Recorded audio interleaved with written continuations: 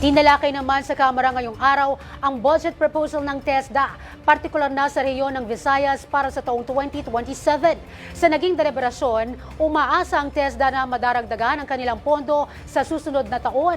Si Nomer Corporal para sa buong detalye, live mula sa Batasang Pambansa. Yes, Nomer? Zay, naging mabusisi ang ginawang pagdinig ng Committee on Visayas Development para sa budget proposal ng TESDA para sa susunod na taon. Binuksan ngayong araw sa Kamara ang pagdinig para sa pondo ng Technical Education and Skills Development para sa 4 na rehiyon sa Visayas, ang TESDA Region 6, Region 7, Region 8 at TESDA Negros Island Region. Maliban sa kani-kanilang proposal budget, ipresenta rin ng bawat ahensya ang estado ng kanilang mga naging programa, trainings at scholarship para sa taong 2026 kung saan libo-libo ng Pilipino ang natulungan magkaroon ng hanap buhay at trabaho. Iginit naman ni Committee on Visayas Development Chairperson Lolita Javier na dapat manatiling may nakalaang pondo ang TESDA sa Visayas, lalo pat marami nang nagbago ang pamumuhay sa lugar dahil sa mga magagandang programa ng ahensya. Nagbigay dan umano ang TESDA upang umangat ang ekonomiya hindi lang sa Visayas kundi pati na rin sa buong bansa.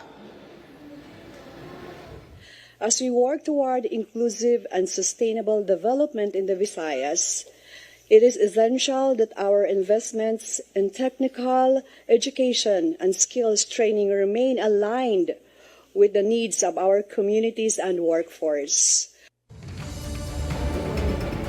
Umaasa naman si TESDA Deputy Director General for Special Concerns Undersecretary Felizardo Colambo na sa tulong ng Kamara ay madaragdagan ang kanilang budget sa susunod na taon. Sinigundahan naman ito ng mga Regional Director para sa pagpapalawak ng kanilang mga programa.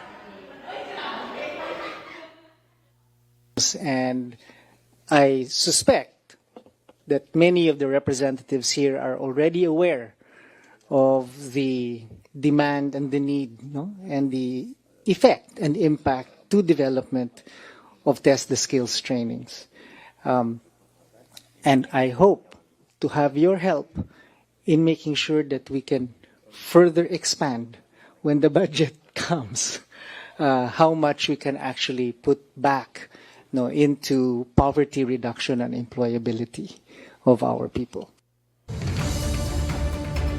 Samantala, tiniyak naman ni House Speaker Faustino Boyidi III na ipagpapatuloy ng Kamara ang transparency measures para sa 2027 National Expenditure Program. Ito ay upang masiguro na bukas para sa publiko ang magiging deliberasyon at malaman ng mamamayang Pilipino kung saan napupunta ang pondo ng bayan. Maayos naman at nakita natin na mayroong reforma, nakita po natin na may transparency. Sa tingin ko, lalo pa natin ibigyan ng mas mga mahalagang mga security measures to make sure na yung ating ipapasang 2027 ay talagang maayos.